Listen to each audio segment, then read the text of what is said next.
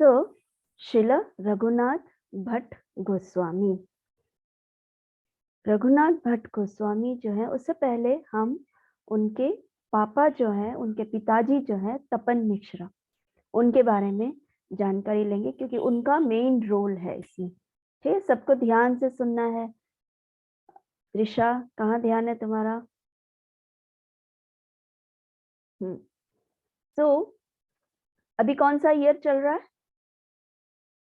2022, right? 2022 चल रहा है। रघुनाथ भट्टाचार्य जो है वो कब अपीयर हुए? 1503। अभी हमारा 2022 चल रहा है।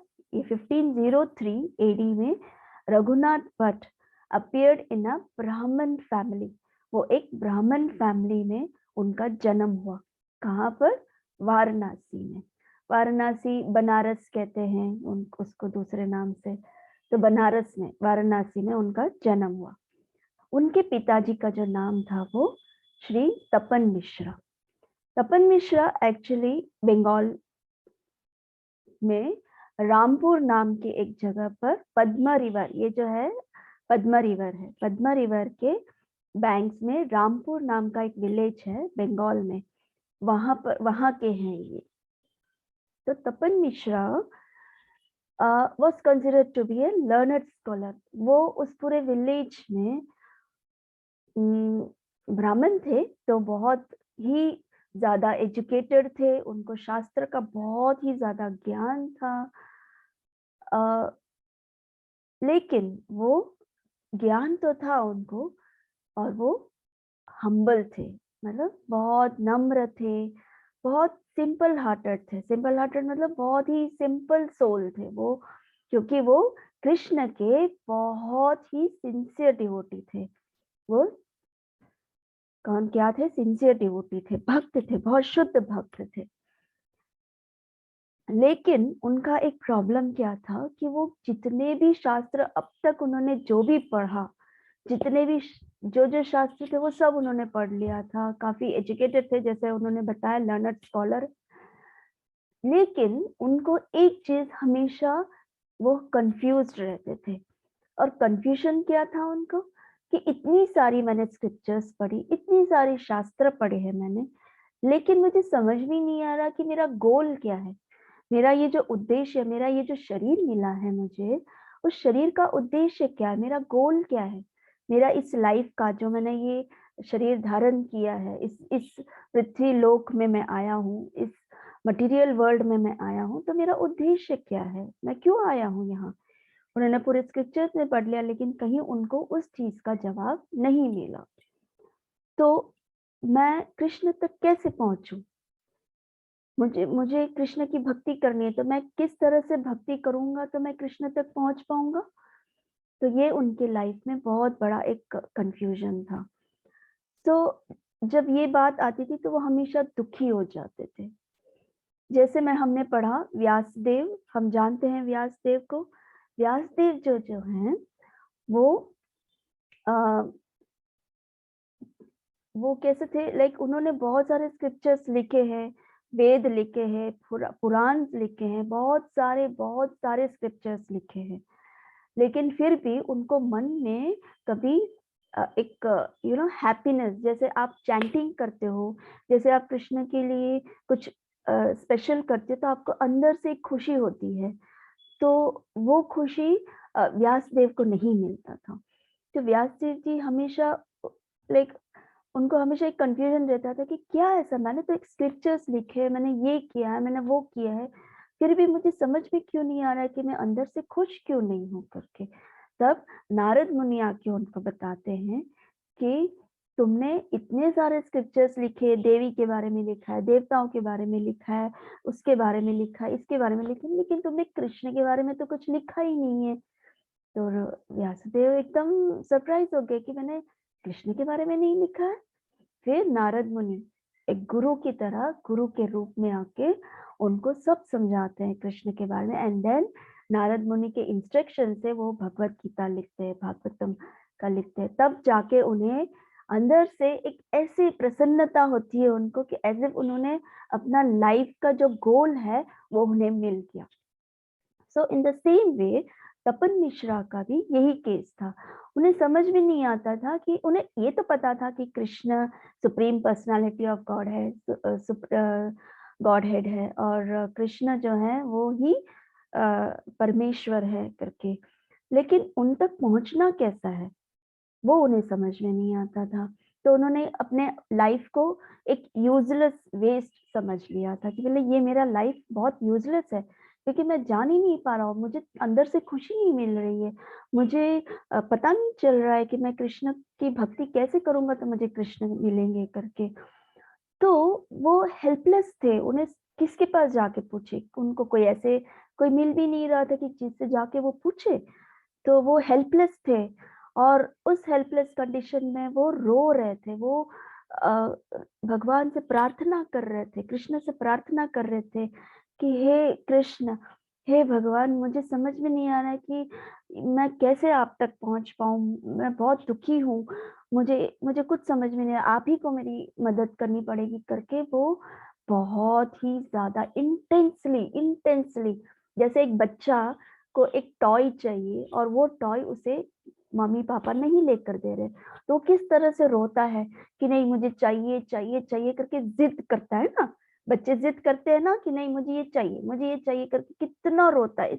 तो उस तरह से कृष्ण के लिए कृष्ण से प्रार्थना कर रहे थे तपन मिश्रा।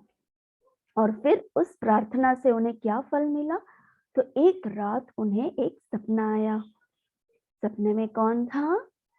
सपने में एक बहुत ही ब्राइट, बहुत इफल्जेंट, बहुत तेजस्वी एक ब्राह्मण उनके सपने में दिखे।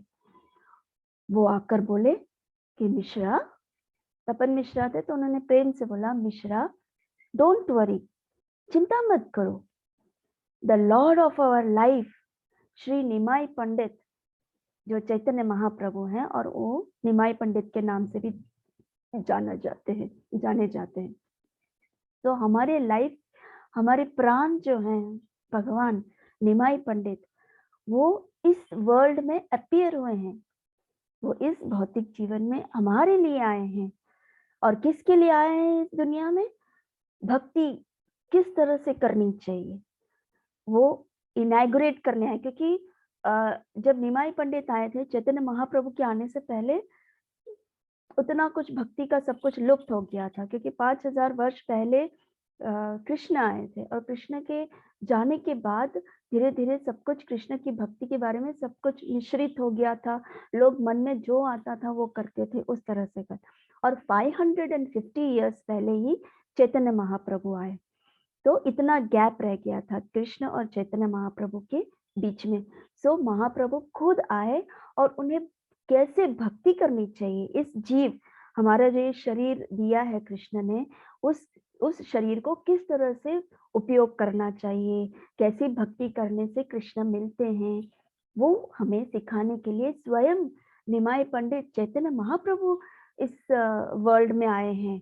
और वो तो नवदीप में है, लेकिन उससे भी बड़ी बात ये है, उससे भी खुशी की बात ये है कि वो तुम्हारे गांव में रामपुर में आए हैं।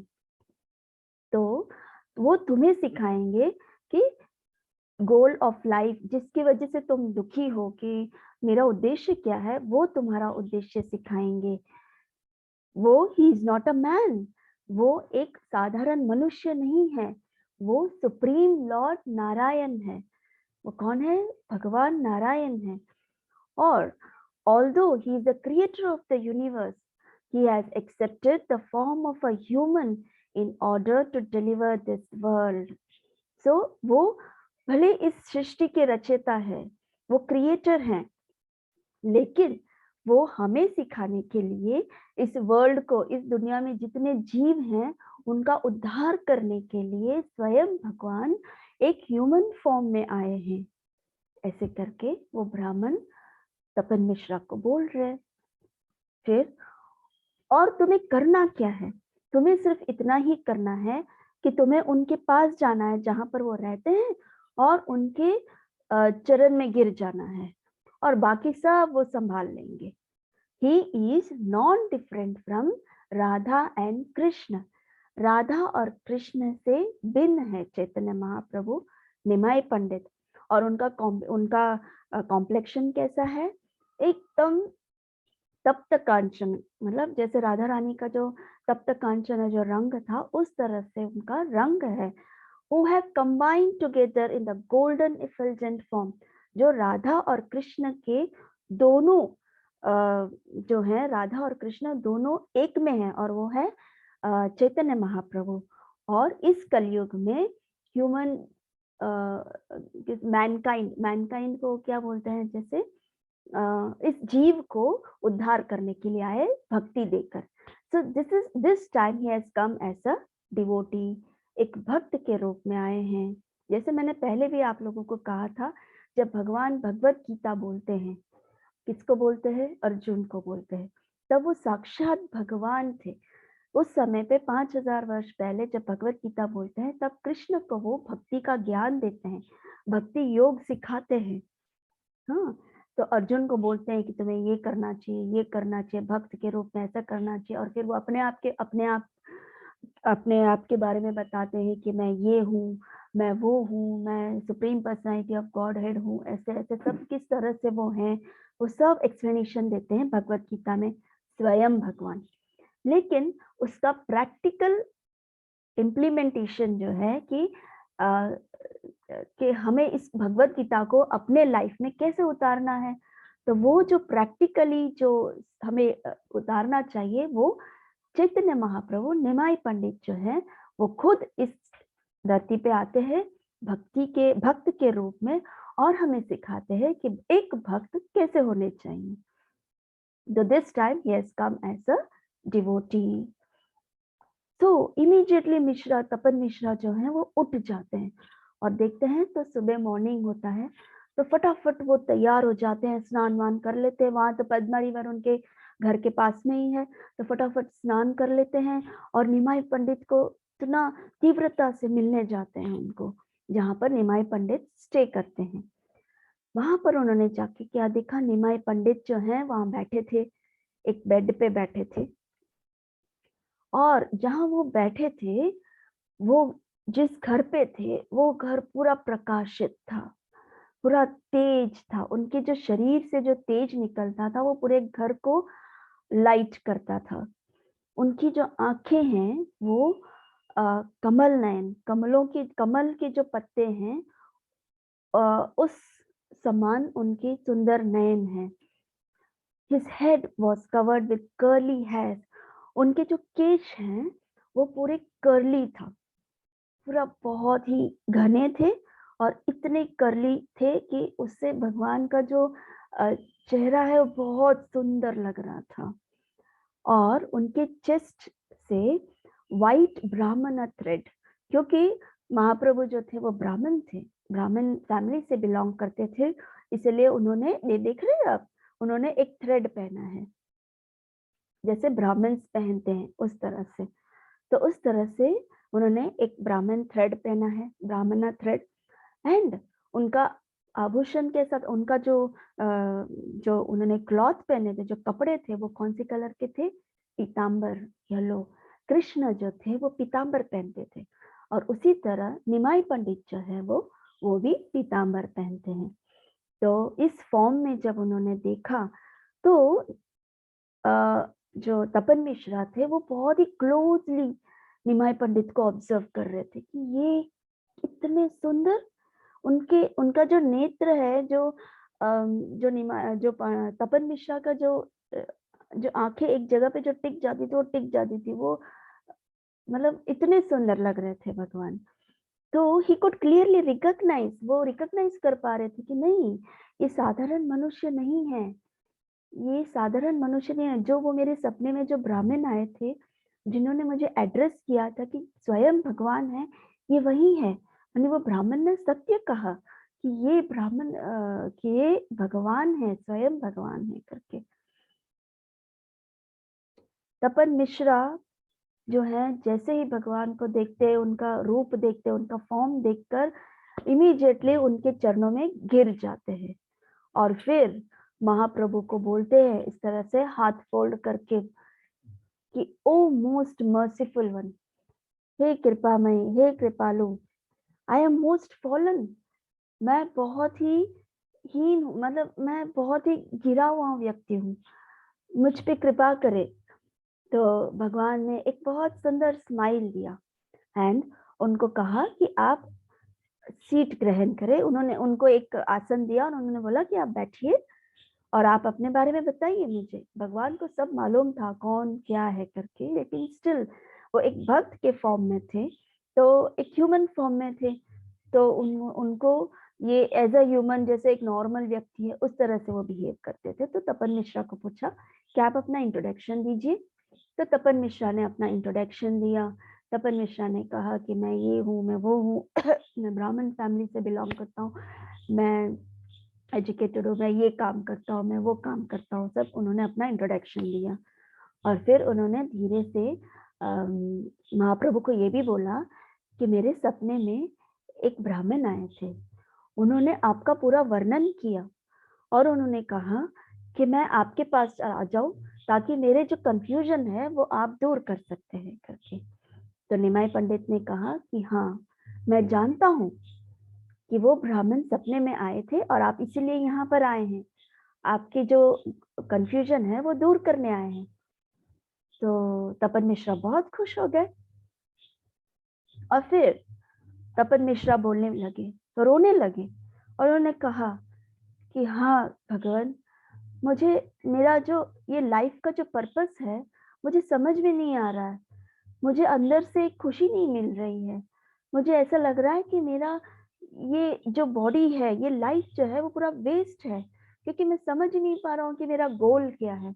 मैंने बहुत सारे स्क्रिप्चर्स पढ़े हैं, मैंने बहुत सभी स्क्रिप्चर्स में मैंने ये रिफर किया कि क्या है गोल ऑफ लाइफ, लेकिन मुझे कहीं भी समझ में नहीं आया कि ये जो ह्यूमन फॉर्म है, ये जो मनुष्य का जो मुझे फॉर्म मिला है, तो उसको करना क्या है।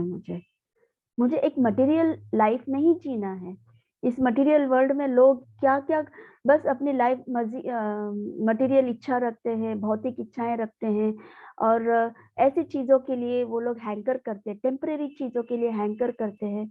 मुझे ऐसे लाइफ नहीं जीना है, मुझे एक स्पिरिचुअल लाइफ जीना है और मुझे सेटिस्फेक्शन नहीं मिल रहा है, आप ही प्लीज मुझे मार्ग दीजिए करके ऐसे तपन मिश्रा निमाई पंडित से प्रार्थना करते हैं, गिड़गिड़ाते हैं। चैतन्य महाप्रभु उन्हें देखते हैं, उनकी सीरियसनेस देखते हैं, भगवान है वो, और उन्हें बताते हैं बहुत ही सिंपल सरलता से वो उन्हें समझाते हैं कि तपन मिश्रा, सभी मनुष्यों का गोल ऑफ लाइफ क्या है, is to love Krishna, Krishna से प्रेम करना है। यही एक मनुष्य जीवन का गोल है, एम है। जनरली हमारे मनुष्य, जैसे एक बच्चा है, उसका गोल ऑफ लाइफ क्या होता है, पढ़ाई लिखाई करनी है, अच्छी पढ़ाई करनी है, अच्छे नंबर लाने हैं, अच्छे कॉलेज में जाना है, बेस्ट स्टूडेंट होना है, अच्छी नौकरी चाहिए, अच्छा बिजनेस करना है, अच्छी गाड़ी होनी चाहिए, नेम होना चाहिए, फेम होना चाहिए, लोग मुझे पहचाने, मेरे घर के आगे पीछे गाड़ियां रहे, लोग आगे पीछे मेरे आगे पीछे रहे। ये एक मटेरियल वर्ल्ड के पॉइंट ऑफ व्यू से सभी साधारण मनुष्य के गोल ऑफ लाइफ होते हैं। लेकिन एक भक्त के लिए एम क्या होता है, सिर्फ कृष्ण, और क्या कृष्ण, कृष्ण से प्रेम करना, सिर्फ सिर्फ और सिर्फ कृष्ण से प्रेम करना। और कृष्ण को कैसे प्रेम कर सकते हैं, उनको सर्व करके, उनकी सेवा करके, विथ योर बॉडी, शरीर से हम उनकी सेवा कर सकते हैं, माइंड से उनकी सेवा कर सकते हैं, वर्ड्स, जो हम वर्ड्स बोलते हैं उससे हम सेवा कर सकते हैं, और हृदय से हम सेवा कर सकते हैं, सोल से सेवा कर सकते हैं। ये नोट करना चाहिए आप लोगों को कि कृष्ण स्वयं निमाई निताई समय स्वयं चैतन्य महाप्रभु कृष्ण बोल रहे हैं कि एक मनुष्य का goal of life is to love Krishna and to serve Krishna with your body, जो बॉडी कृष्ण ने दिया है, वो बॉडी, जो माइंड कृष्ण ने दिया है, जो इंटेलिजेंस कृष्ण ने दिया है, वो माइंड, जो जीवा, जो वर्ड्स उन्होंने हमें ब्लेस किया है, वो वर्ड्स एंड सोल, हृदय से हमें कृष्ण की सेवा करनी चाहिए, प्रेम करना चाहिए. And the means of developing that love in this age is to chant his holy name. In this age मतलब हम किस युग में रह रहे हैं? कली युग में रह रहे हैं. कितने युग हैं? 4 युग हैं. 4 युग में कौन से युग हैं? सतयुग, त्रेता युग, द्वापर युग और कलयुग. तो इन चारों युगों में अलग अलग प्रकार की भक्ति होती है. तो त्रेता युग में अलग प्रकार की भक्ति करते थे लोग. सतयुग में अलग प्रकार की भक्ति करते थे. त्रेता युग में अलग प्रकार की भक्ति करते थे. बहुत तपस्या करनी पड़ती थी उनको, बहुत ही ज्यादा लंबे समय तक उनको तपस्या करनी पड़ती थी, तब जाके भगवान प्रकट होते थे. आप सब जानते हैं, जैसे सतयुग में ध्रुव महाराज, उन्होंने कितनी तपस्या की. प्रहलाद महाराज, उन्होंने कितनी तपस्या की, तब जाके भगवान उनको मिले थे. फिर त्रेता युग में अलग प्रकार की भक्ति होती है, द्वापर युग में अलग प्रकार की भक्ति होती है, लेकिन कलयुग में सिर्फ और सिर्फ हरि नाम संकीर्तन की हरि नाम संकीर्तन ही बेस्ट उपाय है कृष्ण को प्लीज करने के लिए. इसीलिए हम सभी को बोलते हैं, प्रभुपाद बोलते हैं कि अगर आप अच्छे से चैंटिंग करते हैं, अच्छे से जप करते हैं, तो कृष्ण सबसे ज्यादा खुश होते हैं. और खुश जब होते हैं तो वो हमारे हृदय में बैठते हैं और हमें प्रेम देते हैं. और जब वो प्रेम देते हैं हमें, तो हमें कृष्ण से बहुत प्रेम होने लगता है और नित्य हम उनका ही स्मरण करते रहते हैं. तो इस तरह से हम कृष्ण के धाम पहुंचते हैं और हमारा एक भक्त के गोल ऑफ लाइफ सक्सेसफुल होता है. समझ में आ रहा है ना सबको? Yes. So and then Chaitanya Mahaprabhu specifically and directly told him, you chant 16 verse mantra. 16 verse mantra, ये देखो, जैसे हम जो हरे कृष्ण महामंत्र जो करते हैं, उसमें कितने हैं? 16 वर्स. 1 2 3 4 5 6 7 8 9 10 11 12 13 14 15 और 16. ये 16 वर्ड्स मंत्र जो है वो तुम चैंट करो तपन मिश्रा. और इसका रेफरेंस, ये जो हरे कृष्ण महामंत्र है, इसका रेफरेंस कहाँ पर है? कली संतरण उपनिषद. वो उनको क्यों रेफरेंस दे रहे हैं? क्योंकि तपन मिश्रा ने बहुत सारे स्क्रिप्चर्स पढ़े हैं. तो उस स्क्रिप्चर्स में से एक स्क्रिप्चर था कली संतरण उपनिषद. तो उन्हें इमीडिएटली याद आता ना कि हाँ, ये उपनिषद में कुछ रेफरेंस तो था. सो इट इज द महामंत्र. ये सिर्फ मंत्र नहीं है, ये साधारण मंत्र नहीं है. इसको क्यों महामंत्र बोला है? Because it is the greatest and most powerful of all मंत्रस.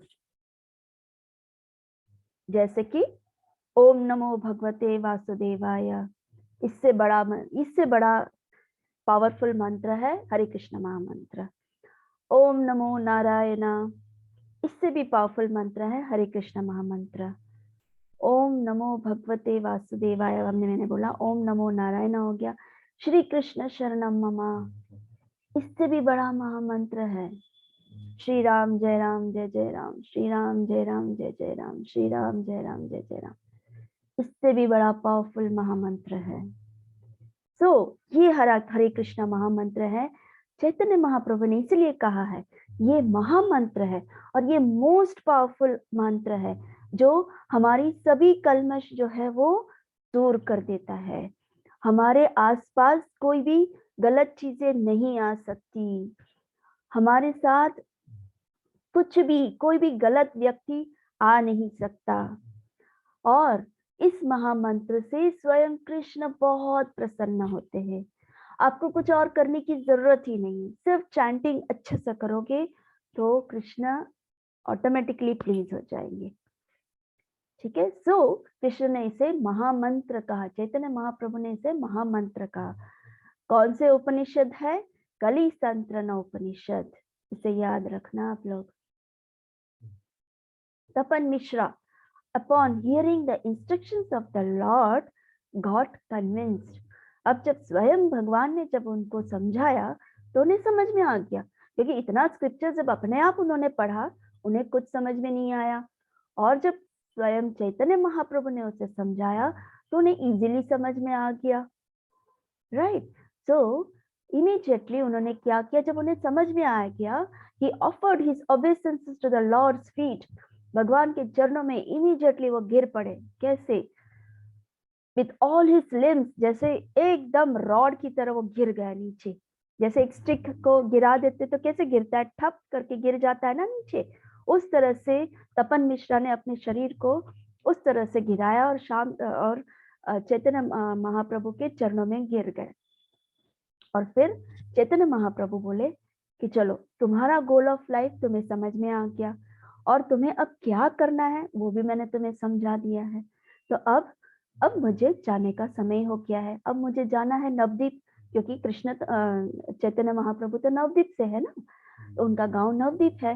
तो उन्होंने कहा कि अब मुझे नवदीप जाना है, तो अब तुम मुझे जाने की अनुमति दो, अब मैं जा रहा हूँ, जाना चाहता हूँ।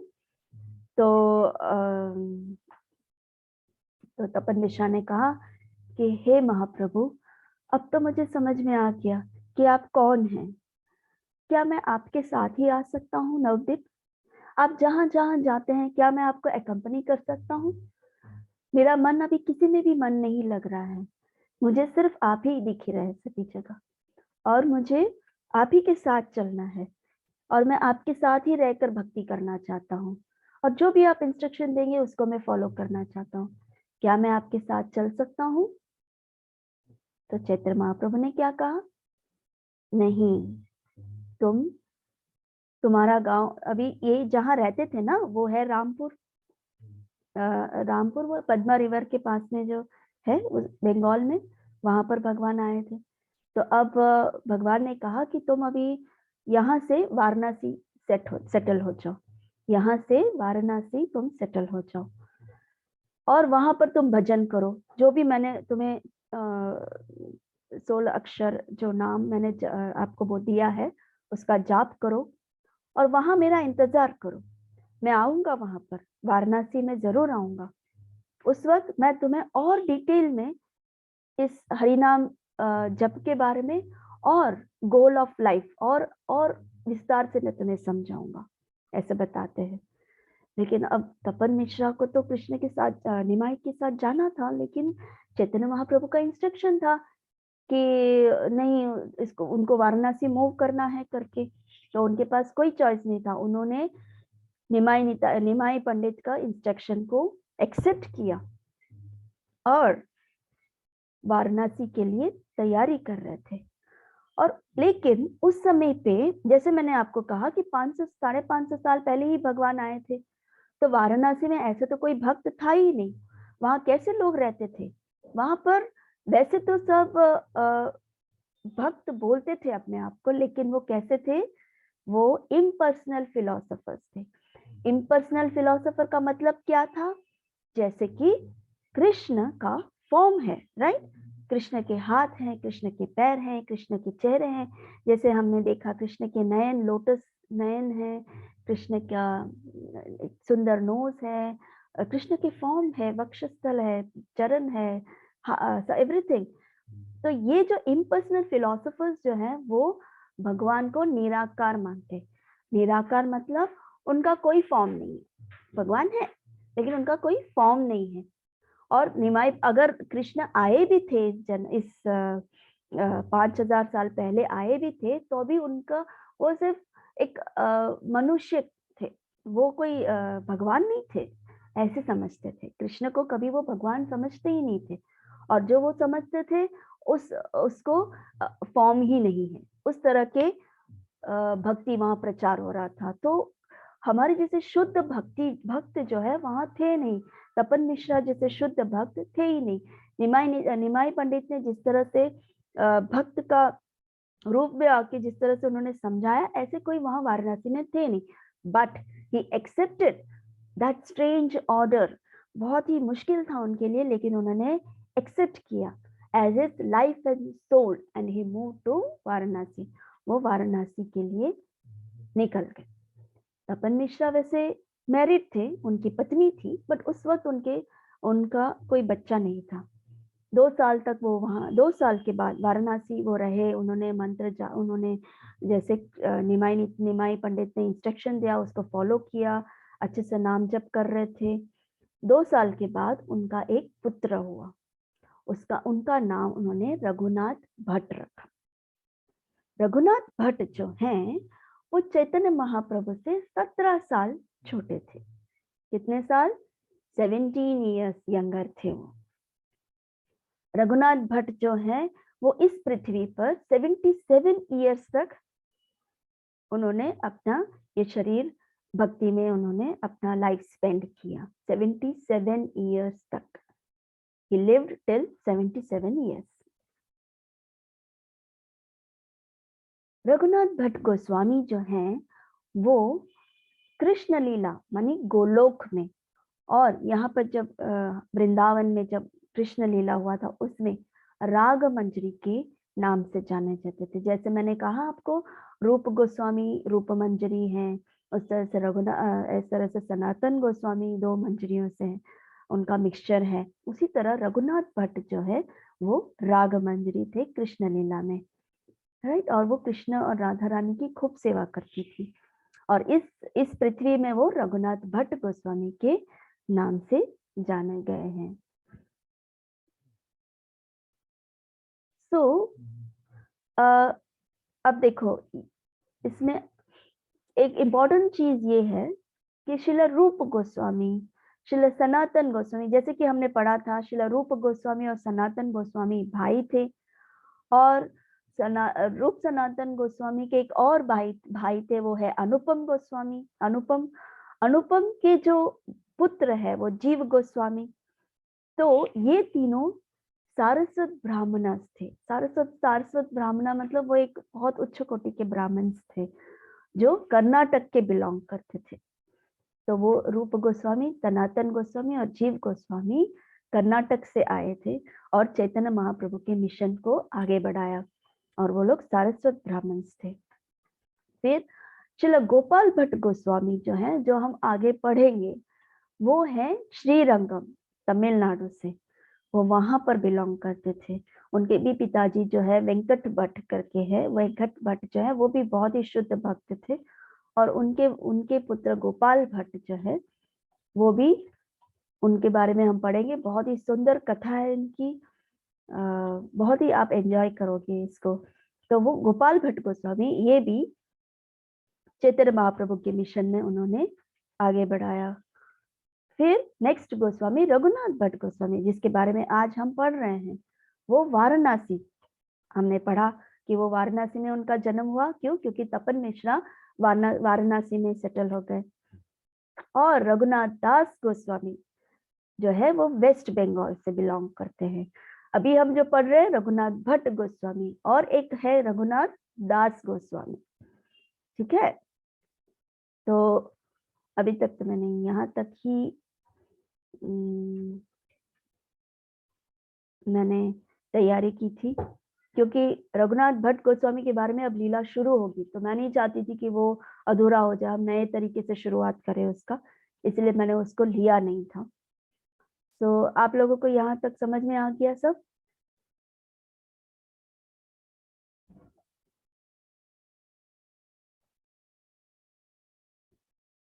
हाँ श्रीमन बताओ। हरे कृष्ण माता जी। हरे कृष्णा, बोलो बेटा। माता जी मेरा एक पेज छूट गया, उसको मैं लिख नहीं पाया। माता जी वो मुझे बताइएगा। कौन सा लास्ट पेज? नो माता जी, वो वाला जहाँ पे श्रील रूप गोस्वामी, श्रील सनातन गोस्वामी और श्रील जीव गोस्वामी वाला था, वो वाले।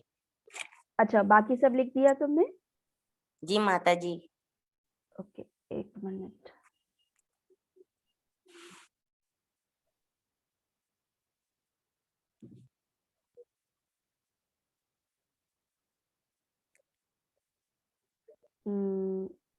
ये रहा। जी माता जी, ये वाला। हम्म।